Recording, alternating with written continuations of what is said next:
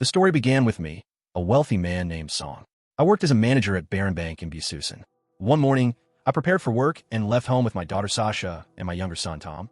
I planned to drop them off at school before heading to the office. As I got into the car, I noticed a strange smell, but I did not think much about it. I said goodbye to my wife and drove away.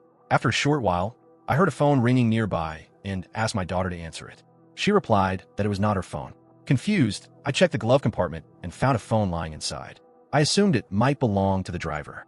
As soon as I answered the call, an unknown person said, "I have information about your car." I believed it was a scam call and immediately hung up. However, I then noticed the phone's wallpaper, which showed a photograph of my own family. I was shocked. I asked Sasha about the photo, and she explained that it had been taken the previous year. She reminded me that I could not attend because I was busy with work. She also mentioned that her mother uploaded the picture to Facebook. I became even more confused about whose phone it could be. Suddenly, the phone rang again. This time, the caller claimed to know everything about me, including my position at the bank. The man then made a terrifying statement.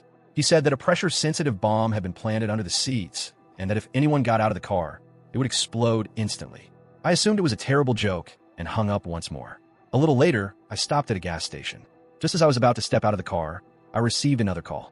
The caller asked whether I had noticed any strange smell inside the vehicle. Now, I began to feel real fear. The man explained that he had been tracking me for a long time and warned that if I left the car, my children would die within seconds. At that moment, a gas station employee approached and told me to step out and refuel. Panicking, I handed him some money and asked him to fill the tank instead. I continued driving, and under the caller's instructions, I reached beneath my seat. There, I discovered a bomb, which left me terrified. The caller warned me that he had the detonator and would trigger it immediately if I tried to contact the police. Frightened, I asked what he wanted. The caller demanded that I transfer $1.7 billion along with an additional $60 million in cash. I responded that I did not have access to that kind of money. But the caller reminded me that I was the manager of a major bank and insisted that arranging the funds should not be difficult. Soon after, we arrived near the children's school, where Tom's friends came toward the car to greet him. Alarmed, I told my son not to step out of the car and quickly sent the other children away. The confused children did not understand what was happening. The man on the phone then forced me to reveal the truth. I had no choice but to tell my children that a bomb was planted under their seats. Both children were terrified after hearing this. Just then, I received a call from my colleague who sounded extremely panicked. The colleague explained that he had also received a call from the same stranger and that a bomb had been planted in his car as well. I asked for his location and drove there immediately. When I arrived, I saw that my colleague's wife was also sitting inside the car. She wanted to step out because the day was very important to her, and she did not believe there was any bomb. I calmly explained the situation and asked her to remain inside the car for a while. Reluctantly, she agreed to stay seated. At that moment, another man approached and angrily shouted at us for blocking the road. We apologized and moved the car aside to park it properly. Meanwhile, tired of waiting, the colleague's wife suddenly stepped out of the car despite repeated warnings. In the very next moment, the car exploded with a deafening blast. My colleague and his wife were killed instantly. Everyone present, including me and my children, was left completely shaken as the threat had now been proven to be real. The children were in shock. The explosion injured Tom's leg, and he began bleeding badly. Tom screamed in pain, and I became utterly terrified. The caller demanded the money again. Seeing my son injured, I was forced to agree. I begged the caller to allow me to take my son to the hospital first. The caller coldly replied that he did not care whether the boy lived or died. Instead of showing mercy, he increased his demands and ordered me to pay my deceased colleague's share as well. I argued that withdrawing such a large amount would raise suspicion at the bank, but the caller revealed that he already knew about my overseas accounts and financial details. Feeling defeated, I called one of my junior employees and lied that I had discovered a new investment opportunity. I instructed him to immediately convince VIP clients to invest their money. The junior agreed and began contacting several clients. However, the collected amount was still far less than what the caller demanded. Frustrated, I asked for the list of VIP clients so I could speak to them personally. Soon after, I talked to my most important client and tried to persuade her by saying that such an investment opportunity came only once in a lifetime. The woman showed interest and mentioned that she had recently sold a piece of land, but she said she had to discuss such a major decision with her husband first. I became unusually insistent and urged her to act quickly, saying there was no time to wait. My pressure made the woman suspicious, and she refused to make an immediate decision. At that moment, the caller interrupted again and ordered me to start arranging cash instead. He told me to call my wife and have her send the money immediately. Seeing no other option, I immediately called my wife and asked her to withdraw all the money from the bank and deliver it to a specified location. Hearing this, she was completely shocked. She could also hear my son crying over the phone, which frightened her even more. I tried to calm her and assured her that everything was fine. Sasha also spoke to her mother, saying that we were safe and that Tom was just scared and crying. Despite this, my wife threatened to inform the police. I firmly refused and warned her not to do anything like that. Desperate, I began begging her to follow my instructions. After repeated pleading, my wife finally agreed. Meanwhile, at the police station, officers began investigating the earlier explosion. They reviewed CCTV footage that showed me speaking with my colleague shortly before the blast. From the footage, it appeared as if we were arguing. They also noticed that I had moved away just before the explosion occurred. This made the police suspect that I knew about the blast in advance. As a result, they began to believe that I might be responsible and could have killed my colleague due to a personal dispute, even though the footage was not entirely clear. On the other hand, I arrived at the bank a short while later. I saw that my wife had also arrived, but she had brought a friend with her, which made me nervous.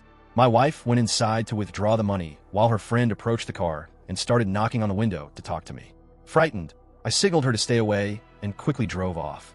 After withdrawing the cash, I instructed my wife to place the bag in front of a mailbox exactly as the caller demanded. She followed the instructions. After a while, she called me again and told me that a tall man was approaching and staring at her strangely. Hearing this, I immediately drove toward her and told her to leave the area at once. However, by the time I arrived, the police had already detained the man with the help of my wife. I felt a brief sense of relief, believing that my family and I might finally be safe, but my hope was shattered when the caller contacted me again. The caller angrily declared that I had made a serious mistake by involving the police. The man then began a countdown, and my children and I prepared ourselves for the worst. Suddenly, instead of our car, the mailbox exploded, filling the surroundings with smoke and flames. Fortunately, my wife survived and was able to speak to me. Terrified, I drove away while the caller continued to demand the money, insisting that he must receive it at any cost. At the same time, the police reviewed additional CCTV footage that placed me near the site of the second explosion. This convinced them that I could be the mastermind behind the incidents.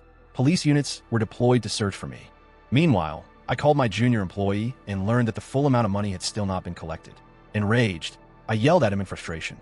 I then pleaded with the caller, saying that I would transfer all the money I currently had if my children were released. But the caller clearly refused to negotiate and insisted that no deal would be made until the entire amount was paid.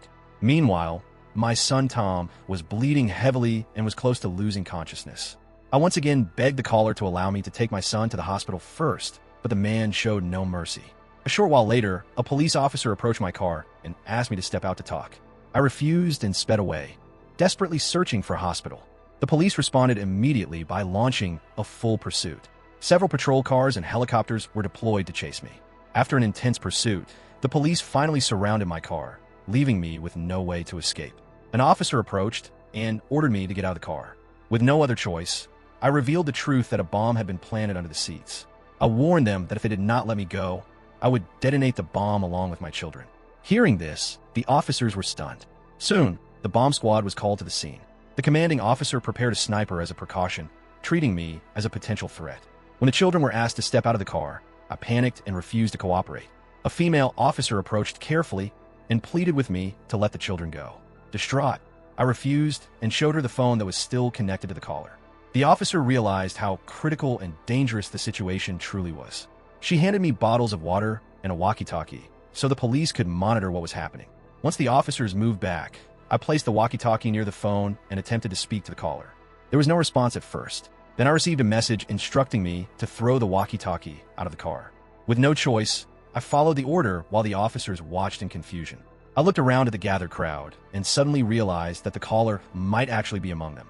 I honked the car horn, and somewhere nearby, a phone began to ring, confirming that the caller was close. Moments later, I noticed a man in the crowd talking on his phone. However, I could only watch helplessly, unable to alert the police without risking my children's lives. The caller then told me that if I had lived an honest and normal life, none of this would have happened. He asked me to remember an incident from 6 years earlier when I was working at Barron Bank. Before he could explain further, the call suddenly disconnected. In reality, the police had blocked all signals in the area, preventing further contact.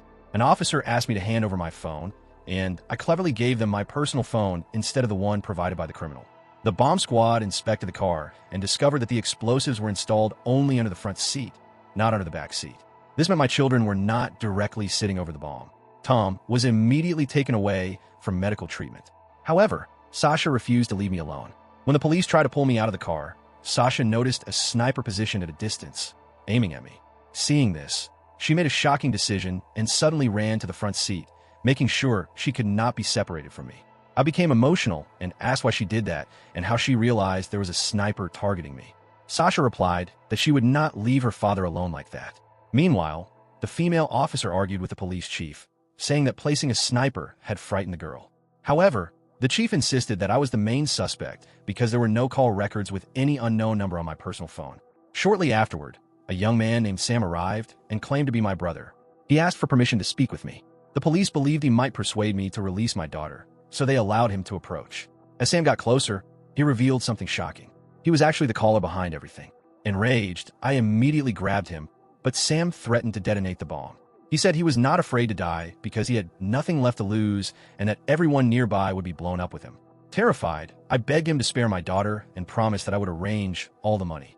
Unexpectedly, Sam agreed and temporarily deactivated the bomb, allowing Sasha to step out of the car safely. But in the very next moment, Sam revealed another twist.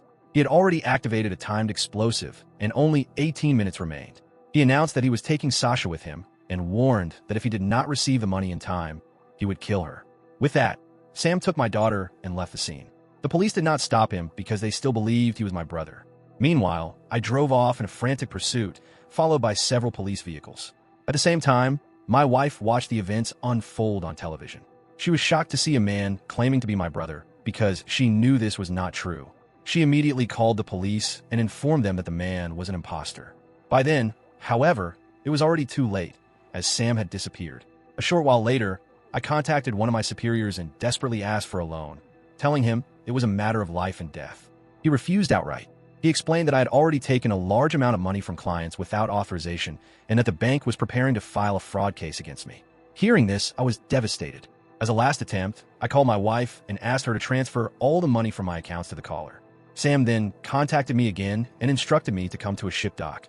When I arrived there, memories of my actions from 6 years earlier began to resurface. It was revealed that 6 years ago, I was just an ordinary employee at Barron Bank. At that time, the bank had persuaded workers from a chemical factory to invest their savings through misleading promotions and false promises. When the market suddenly collapsed, those workers lost everything they had earned in their lives. One of those investors was a poor pregnant woman who had invested all her savings. Instead of helping the victims, I destroyed the evidence and helped conceal the bank's fraud. As a reward for this act, my superiors promoted me to branch manager. The pregnant woman later came to me in tears, begging me to help her recover at least a portion of her rightful money. But I was blinded by greed and ambition, and I ignored her pleas. It was finally revealed that the pregnant woman was Sam's wife, and Sam had planned everything to avenge his family. In the present, Sam was driving with Sasha when he received a call informing him that 1 billion won had been deposited into his account. Sam explained that he had won the legal case against the fraudulent bank, and now the factory workers finally had a chance to rebuild their lives. Soon after, I arrived at the dock near the chemical factory, where protest banners were displayed against the bank. There, I saw my daughter tied up inside another car. Overcome with shame, I apologized to her and admitted that my greed had led me to commit many wrongs, and now I was facing the consequences. Just then, Sam arrived and sat in the front seat with me. I continued to apologize for my past actions and promised that I would now fight for the victims. But Sam refused to forgive me. He explained that he and his wife had filed a case against the bank. To continue the legal battle, he had to take out a loan from another bank. This pushed them into a crushing cycle of debt. Unable to bear the stress and hardship, his wife died along with their unborn child. In a single moment, Sam had lost everything. Sam then ordered me to drive the car into the water so that the explosion would happen farther away from Sasha. With no choice, I drove the vehicle into the sea. The car began to sink before the bomb could detonate. Sam lost consciousness, and I tried to save him, but I failed. Moments later, the bomb exploded underwater. I somehow managed to escape and was later rescued by the police. Afterward, I asked the officers about Sam and learned that he did not survive. This incident changed me completely. I decided to transform my life and vowed to fight for the innocent workers who had been wronged. Soon, I publicly confessed to the bank fraud and admitted my own involvement in destroying the original evidence. However, my testimony was now enough to expose and punish those responsible. In the final moments, I was seen driving when my former boss called me, begging me to stop. He even offered to return my job and asked me not to testify. I hung up without listening. It became clear that I would not stop until justice was served.